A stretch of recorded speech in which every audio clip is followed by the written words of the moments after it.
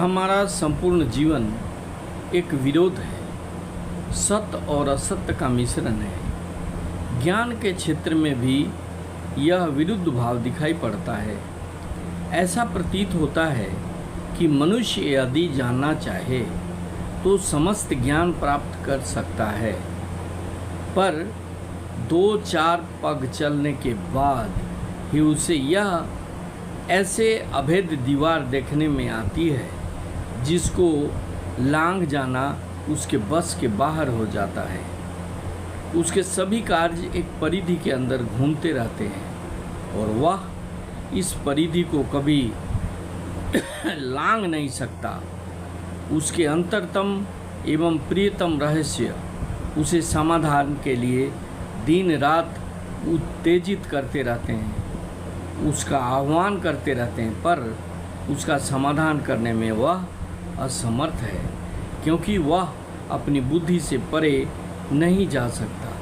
फिर भी वह इच्छा उसके भीतर गहरी जड़ें जमाए हुए है और इसका दमन और नियमन एकमात्र मंगलकर पथ है। यह भी हम अच्छी तरह जानते हैं। हमारे हृदय का प्रत्येक स्पंदन, प्रत्येक निश्वास के साथ हमें स्वार्थी होने का आदेश देता है, पर दूसरी ओर एक अपार्थिव शक्ति कहती है कि एकमात्र निस्वार्थता ही मंगल का साधन है। जन्म से ही प्रत्येक बालक आशावादी होता है। वह केवल सुनहले स्वप्न देखता है। यौवन में वह और भी अधिक आशावादी हो जाता है। मृत्यु पराजय से अधिक अथवा अधोगति नाम की भी कोई चीज़ है, यह बात किसी युवक की समझ में आना कठिन है। फिर बुढ़ापा आता है और जीवन एक ध्वंसावशेष मात्र रह जाता है। सुनहले पल स्वप्न हवा में उड़ जाता है और मनुष्य निराशावादी हो जाता है।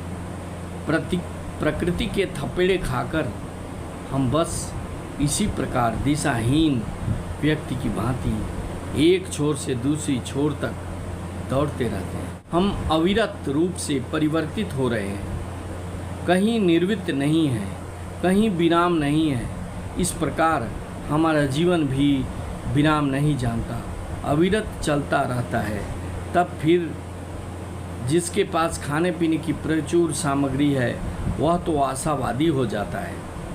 कहता है, भय उत्पन्न करने वाली दुख की बातें मत कहो, संसार को दुख कष्ट की बातें मत सुनाओ। उसके पास जाकर यदि कहो सभी शुभ है तो वह कहेगा, सचमुच मैं मज़े में हूँ। यह देखो कितने सुंदर घर है जिसमें मैं वास करता हूँ। मुझे भूख या शीत का कोई भय नहीं। अतएव मेरे सम्मुख ऐसे भयावह चित्र मत लाओ। पर दूसरी ओर कितने ही लोग ऐसे हैं जो शीत और अनाहार से मर रहे हैं। उसके पास जाकर यदि कहो कि सभी शुभ है तो वे तुम्हारी बात नहीं सुनेंगे। वे सारा जीवन दुख कष्ट से पिसते आ रहे हैं। उनके लिए सुख सौंदर्य शुभ कहाँ है? वे तो कहेंगे, नहीं, मैं यह सब विश्वास नहीं करता। जीवन में केवल रोना है, केवल दुख है। बस हम इसी आशावाद से निराशावाद में झूलते रहते हैं। सभी मरते हैं। हमारी सभी प्रगति, हमारी व्यर्थ के आडंबरपूर्ण कार्यकलाप, हमारे समाज सुधार, हमारी विलासिता, ऐश्वर्य, हमारा ज्ञान, इन सब की मृत्यु ही एकमात्र गति है। इससे अधिक निश्चित बात और कुछ नहीं। नगर पर नगर बनते हैं और नष्ट हो जाते हैं। साम्राज्य पर साम्राज्य उठते हैं और पतन के गर्त में समा जाते हैं। ग्रह आदि चूर चूर होकर विभिन्न ग्रहों की वायु के झोंकों से इधर उधर बिखरे जा रहे हैं। इसी प्रकार अनादिकाल से चलता आ रहा है। इस सब का आखिरी लक्ष्य मृत्यु है। मृत्यु ही सबका लक्ष्य है। वह जीवन का लक्ष्य है, सौंदर्य का लक्ष्य है, ऐश्वर्य का लक्ष्य है, शक्ति का लक्ष्य है और तो और धर्म का भी लक्ष्य है। साधु और पापी दोनों मरते हैं, राजा और भिखारी दोनों मरते हैं, सभी मृत्यु को प्राप्त होते हैं, फिर भी जीवन के प्रति यह प्रबल आसक्ति विद्यमान है।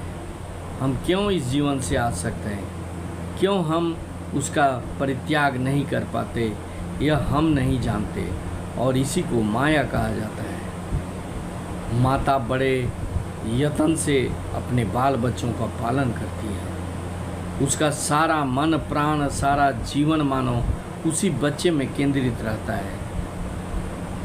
बच्चा बड़ा होता है, युवावस्था को प्राप्त करता है, और कहीं वह दुष्चरित्र होता है, पशुवत व्यवहार करता है, तो भी माता उसको प्यार ही करती है, उससे चिपकी हुई रहती है। जब उसकी विचार शक्ति जागृत होती है, तब वह उसे अपने स्नेह के आवरण में फिर से ढक लेती है, किंतु वह नहीं जानती कि यह स्नेह नहीं, एक अज्ञात शक्ति ने उसके स्नायु पर अधिकार कर रखा है, और वह शक्ति है माया।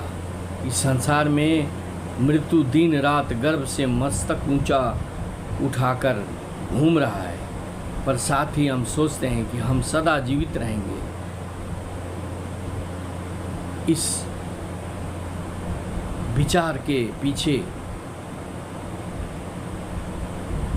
हमारा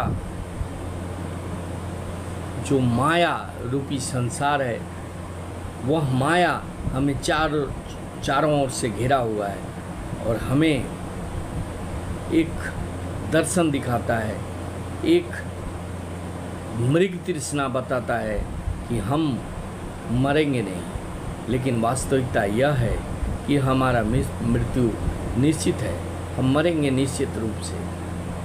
फिर भी हमें माया रूपी अंधकार चारों तरफ से घेरे हुए है, और वह हमें अहंकारी और व्यभिचारी बनाने में कोई कसर नहीं छोड़ती, और हमें आने वाले समय में मुक्ति के द्वार में जाने से भी रोकती है। इसलिए भाइयों, माया के इस संसार में अगर छुटकारा पाना है, इस संसार से ब्रह्म तक प्राप्त करना है, तो हमें इस माया मोह के जंजाल को काटने की ज़रूरत है, इसको तोड़ने की ज़रूरत है, और एक दिव्य दृष्टि से देखने की ज़रूरत है कि हमारा आखिर अस्तित्व क्या है, हम क्या कर सकते हैं, क्या नहीं कर सकते हैं। इस विचारधारा को हमें अपने मन में लाने की ज़रूरत है। जब तक हम अपने इस विचारधारा को समझेंगे नहीं, तब तक हमारा कल्याण संभव नहीं होगा।